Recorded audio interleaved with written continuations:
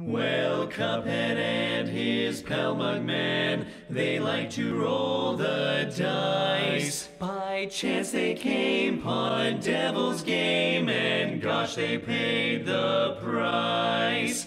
Paid the price. Cuphead is an innocent-looking game with beautiful cartoon graphics akin to those that aired in the 1930s. This alone was enough to make people excited for the game. It was almost enough to make it completely successful on its own. Alongside the art style, Cuphead boasted brutally difficult gameplay, one that would even challenge the most hardcore of players, and this got people even more excited. Cuphead delivered on both promises. It's beautiful to look at and it's hard as nails to complete. The animation and soundtrack are the game's biggest accomplishments, and while I cannot describe how good they are, I'll instead try to showcase as much of them as possible so that they can be admired without the distraction of playing the game. And you will be distracted, because Cuphead truly is an unforgiving and brutal experience. But as wonderful as it is to admire art, at the end of the day, Cuphead is a game and should be treated as such. Its gameplay is vastly more important than its visuals, and Cuphead's gameplay is heavily flawed, focusing far too much on being a difficult game and not a challenging one. I played Cuphead for almost 30 hours across 4 playthroughs, 2 on regular difficulty, 1 on expert, and another one on regular with no upgrades whatsoever, including anything from the shop, the bomb attack for the plane, and any of the super arts, and I concluded that Cuphead is a game that revolves around trial and error. Every level in this game is designed to frustrate its player and exaggerate its difficulty to absurd degrees. The Cuphead is supposed to be difficult, you might say, and you're right, but it's difficult for all the wrong reasons. Now, I don't intend on saying Cuphead is far too difficult and then trash talk the game based on this one sentence. I intend to prove that Cuphead's difficulty is indeed its biggest drawback, since it doesn't impose a challenge to go with it. Working around complete bullshit isn't a challenge, it's a chore, and that's exactly what Cuphead embraces. To prove this point, I'm going to be going over every aspect of this game, so if you do not want to have the game completely spoiled, turn away now and go play Cuphead. One of the first things that I noticed when playing Cuphead was its controls, how simple they are, and how terrible the default control layout is. Seriously, if everyone is playing the game with the default controls, I can understand how everyone thinks it's impossible. I highly recommend changing the controls to something more comfortable and intuitive, and I'll place the controls I used on the screen. If you don't realize how bad the default controls are, hopefully you'll figure it out in the game's tutorial, where it tells you everything Cuphead is capable of. Cuphead can jump, and holding the button increases the height of the jump ever so slightly. The difference is so small that I completely forgot about this feature until I wrote the script. You can fire your weapon in 8 directions, and damaging enemies builds up a super meter that can be used for more powerful attacks. Cuphead can also dash horizontally and parry pink objects while in midair, granting a midair jump. If you have any difficulty with understanding what all of these means, it doesn't really matter because the tutorial level is a massive playground where you can just experiment and see how things work. And if you spend any time at all experimenting with the controls, you'll quickly discover how straightforward everything is. All of Cuphead's movement options lacks any depth. There's nothing fancy you can do by combining moves or performing different moves at different times, none of that. Every move is restricted, dashes are restricted to only being horizontal, parries can only be performed while in midair and on pink attacks, and non-pink damage can only be avoided by moving out of the way, and you can only aim while being completely stationary. There's no depth to any of these actions. Every action is separate and performs its one niche use. The most combination you'll ever achieve is jumping and dashing to maximize airtime, or performing multiple parries in midair to chain together jumps, and that's it. That's as deep as the controls get, and it's all showcased in the tutorial. There's a second tutorial room that introduces the plane controls. Some levels have Cuphead flying in a plane, and the controls have been changed for those levels. The dash has been replaced with becoming smaller and faster, and while you can parry whenever you want, it's still restricted to pink attacks. This control scheme suffers from the same problems as the default control scheme. Everything the plane can do is one-dimensional and is all showcased and described with single sentences in its tutorial screen. There's no complexity to any of it. What you see is what you get. I'll go into more detail later, for now we just need to know that the controls are simple and straightforward. Moving on for the tutorial places you into the world map, the stage select screen, and it's here that you get to completely admire the game's charm. For a world with so much stuff in it, it's completely clear what you can and can't interact with, so you don't waste your time stumbling around looking for them. There's also a surprising amount to do here as well. NPCs have quests that you can complete for some rewards, you can find shortcuts hidden in the map, and you can find coins that you can trade at the shop for upgrades, new weapons to shoot and augments for your kit. I won't go into detail for now, let's just acknowledge that this feature exists and move on. More than likely, the first level you will encounter is the very first running gun level in the game, Cuphead's attempt at being a platformer. There's 6 of these in total, and all of them suffer from Cuphead's simple moveset, so we'll get them all out of the way very quickly. The run and gun levels all have the same objective, and it's pretty straightforward. You're at the leftmost place of the stage, the goal is at the rightmost place, and you must get there intact while avoiding the assortment of shit the game can throw at you. Pretty simple stuff, and we know this idea works because the entire platforming genre has been built around this simple concept. However, those platformers also ensured that their movement system had a layer of complexity, allowing skilled players to perform crazy feats. These levels are all limited to simple jumps, parry jumps, and dashes because that's all Cuphead can do. There's no complexity to any of this. The concept is not pushed any further because it can't be pushed any further, which isn't surprising because the game has already described everything that it can do before it even began. These levels got stale really quickly since you can only dash jump or parry jump or shoot while moving for so long before it gets tedious. The only section of run and gun that was challenging was the octopus area at the end of Perilous Piers. The combination of being forced to focus on when you were approaching the rocks while avoiding the cluster of stuff that was being thrown at you was challenging, and overcoming that challenge was extremely fun. It's a shame that this was the only section of all 6 levels that was even remotely interesting, and it was reserved for the very end. But I guess the reason as to why the run and gun levels aren't very good is because they were included to add more variety to the game, their filler content. It might not seem this way at first, since beating run and gun levels opens more areas of the world map, leading to more levels, but you can actually beat the entire game without completing a single one. But if you did that, you wouldn't be able to collect the 5 coins that each of these levels have hidden within them, acting as the only incentive to tackle these levels in the first place. The other filler content that's available are the 3 mausoleums. These 3 simple levels focus on parrying, by throwing ghosts at you that can only be killed with a parry. The later levels increase the challenge by changing the movement patterns of the ghosts, or increasing the number of ghosts that appear at once, but it never gets any more complicated than that, which is a shame because this is a concept that could have been made more challenging. Limited visibility or limiting the amount of floor you could land on so you could make sure you had to parry jump to safety would have been just a few of the ways that the challenge of these levels could have been increased. These levels only exist however so that the player can learn the parry mechanic and so that they can unlock the super arts, special moves that can be performed when your super bar is completely full. There's the laser beam, the invincibility, and the ghost to choose from, and they're all equally powerful in their own ways. Which one you use is completely up to you and your playstyle. But just because they're filler content doesn't mean that they get a free pass. Completing these levels are part of the overall experience after all, and I didn't enjoy completing them at all. I was always more excited about getting new tools, new ways for me to take down the bosses, than I ever was about playing the levels themselves. If these levels were scrapped completely and perhaps 1 or 2 boss fights were introduced instead, the overall experience of playing the game would have been greatly improved. And to keep the progression system intact, ingredients could have been introduced that are collected from defeated bosses. You give these to Elder Kettle to brew new potions and craft new charms until you're powerful enough to challenge the devil himself, so only the boring filler content parts of the game are removed. Now with all the disappointing filler content out of the way, we can finally start dissecting the soul of the game, the boss battles. There are 19 in total, and they all embrace the frustrating nature of trial and error gameplay, each seasoned with their own special take of randomness and bullshit. If there's one thing that the bosses of Cuphead does well, is that they're all charming and full of character.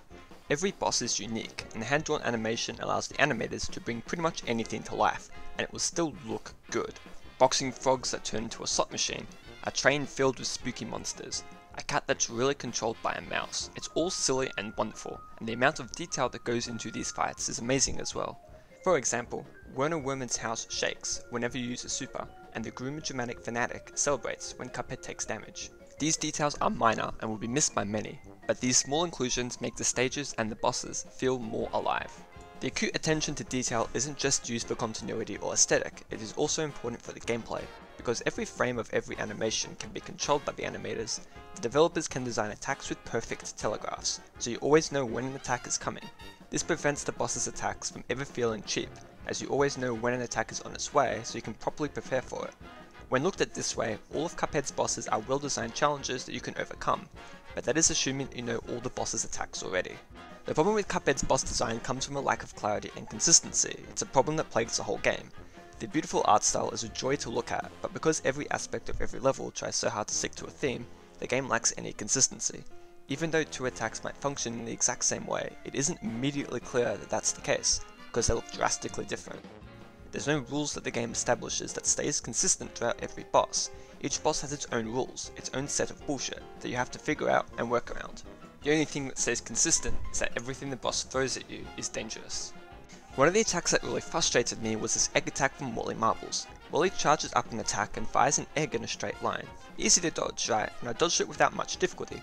However, when the egg reaches the end of the screen, it splits apart into 3 smaller projectiles that come flying back. The attack is consistent, it always follows this pattern, but the first time you encounter it, there's no way in hell you can tell that the attack is going to come right back at you in this exact pattern. The only way to learn this is to see it, which is trial and error gameplay at its finest.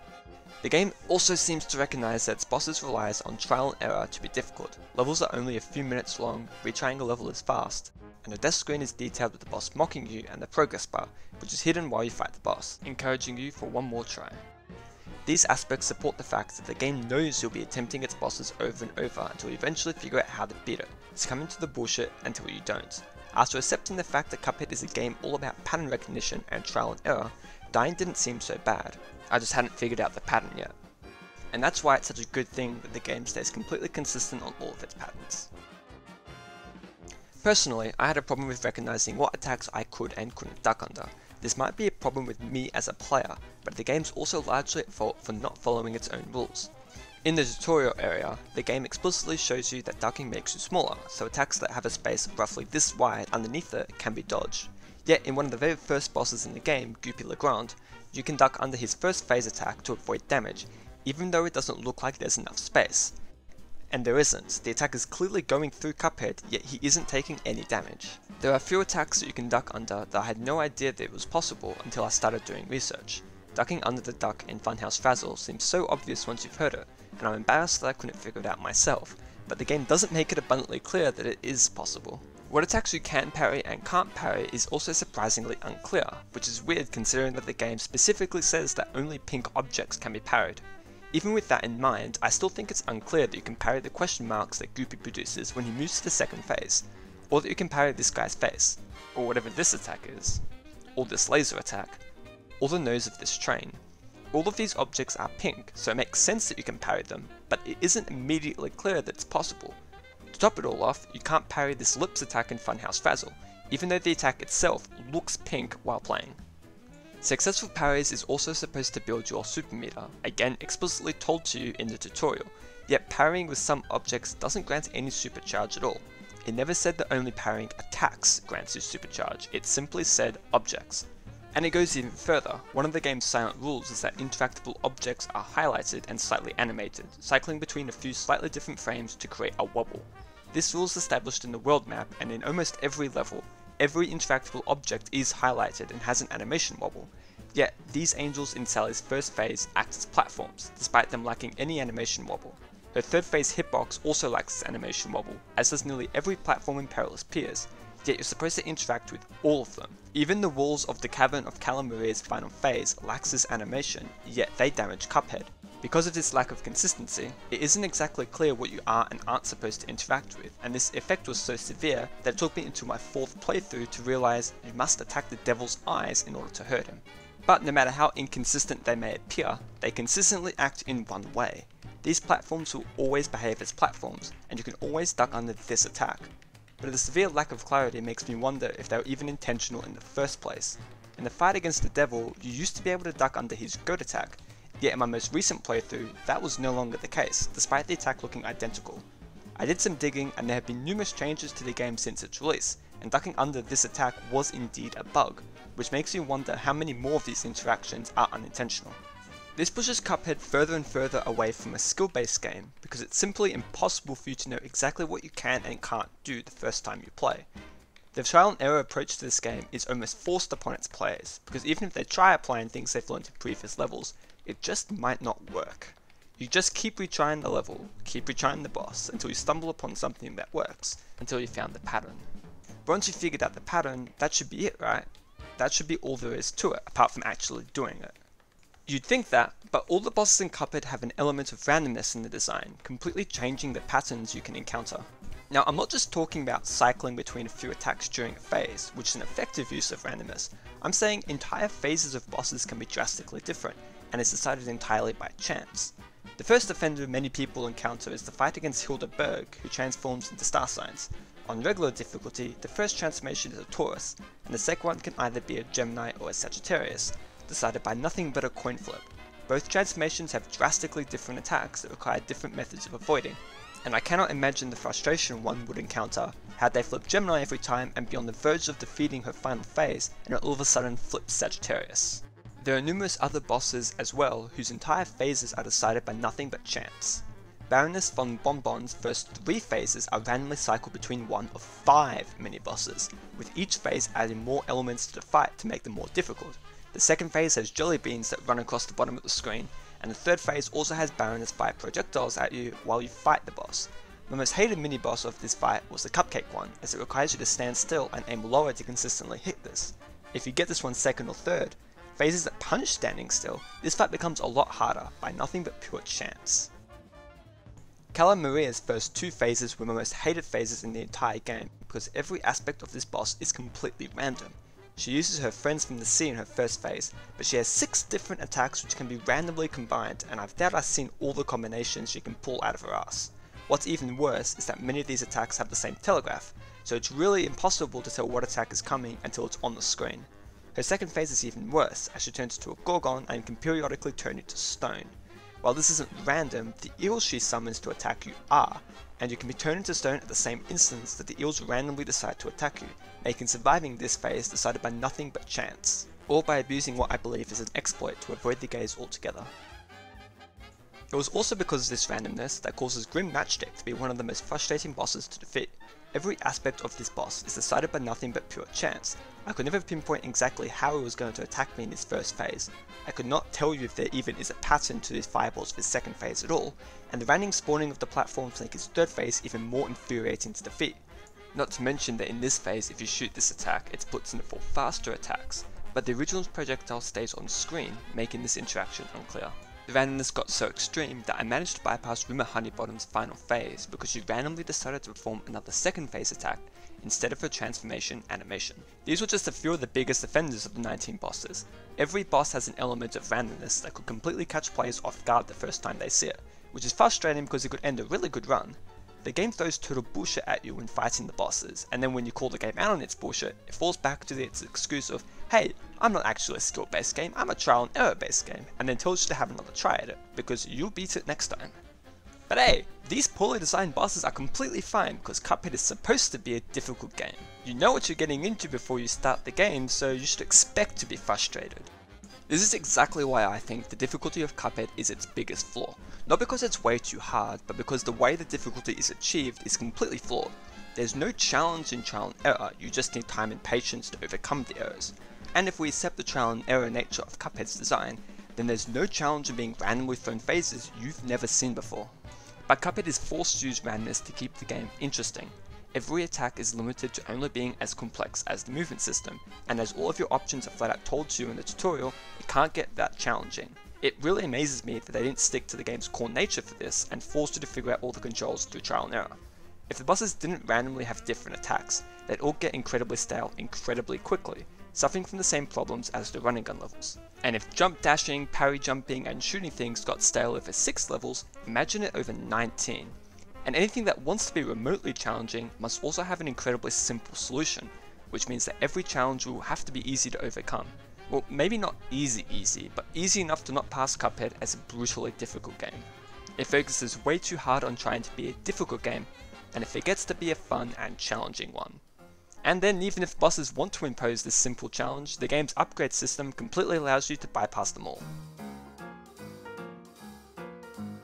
I mentioned the shop earlier, the game's progression system, existing to provide an illusion of gameplay depth and to make the game easier. Many of the charms act as training wheels for inexperienced players, granting extra hit points and making your first parry automatic, for example, and many of the weapons simply changes how the damage is applied. Part of the game is then experimenting with different loadouts to help you beat the bosses. However, some charms and weapons adds new mechanics to Cuphead or completely allows you to ignore parts of the base movement kit. Chaser removes the need to aim at all, Charge concentrates all damage into one single blast, and the Smoke Bomb adds a completely new mechanic to the game, invincibility frames. How these 3 upgrades completely break the game wasn't something that I realised until I completed my no upgrades playthrough. When playing the game with nothing but the pea shooter, you realise that some bosses in the game are designed with a challenge in mind, and they are challenging once you've overcome their frustrating learning curve. The reason as to why certain upgrades breaks the game is because this is how each of the bosses would have had to be tested. Each boss has to be beatable with the base moveset, because the game isn't allowed to force optional content onto its players. By having optional upgrades that completely change how aspects of the base kit works, you have combinations of charms and weapons that completely allow you to ignore anything challenging the boss wants to throw at you. To keep the game challenging then, the game has to rely on chance. Smoke Bomb is the biggest problem. Because Cuphead doesn't naturally have any invincibility frames, every attack has to be able to be jumped over, ducked under, or walked away from. When you can suddenly dash through attacks, something that the core design of the bosses can't account for, the challenge of many of these attacks are completely ignored. For example, Sally's stage play's third stage has a wave attack that runs across the screen. The only way to avoid this attack is by breaking open the meteor and using the hidden star to parry jump over the wave. But with the Smoke Bomb upgrade, you can just completely ignore the meteor altogether and just phase through the wave.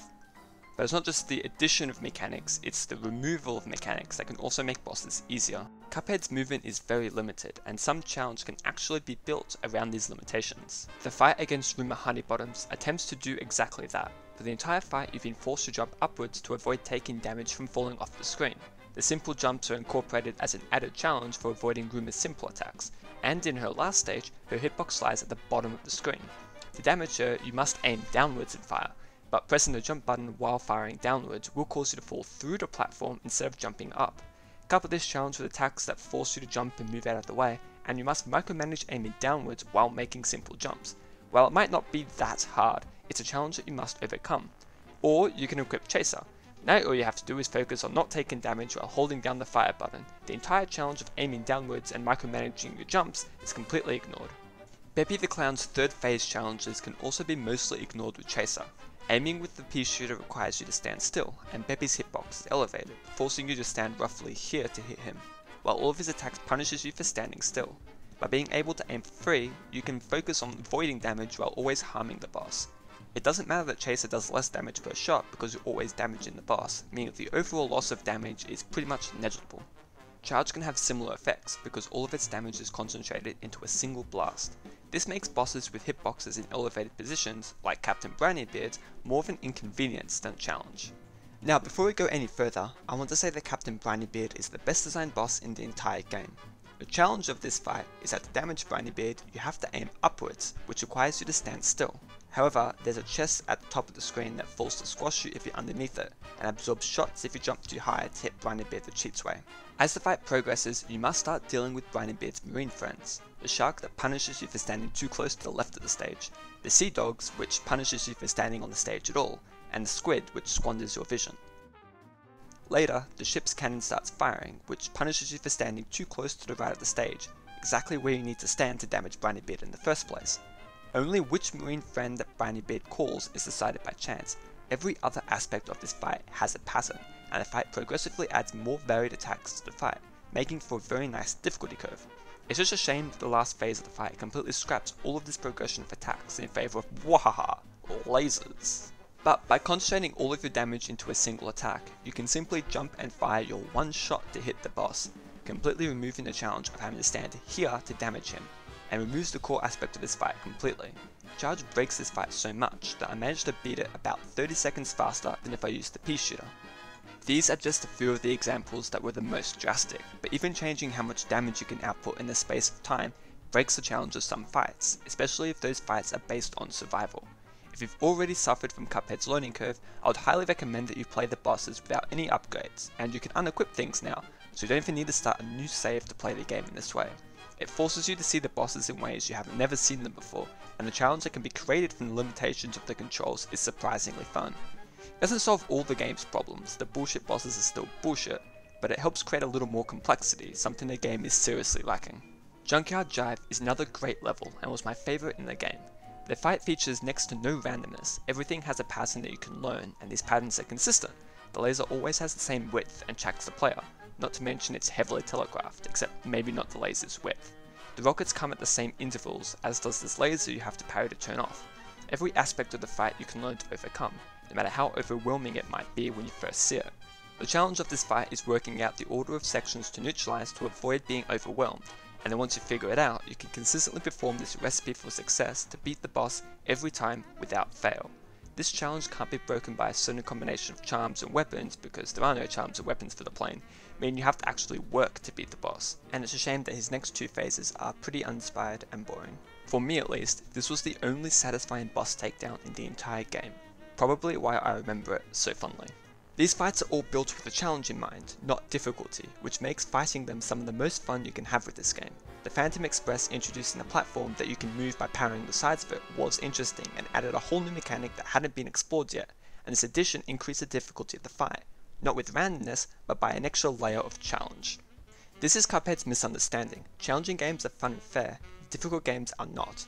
It's fun to overcome challenges that the game has put in place for you, sometimes forcing you to completely change your playstyle to do so.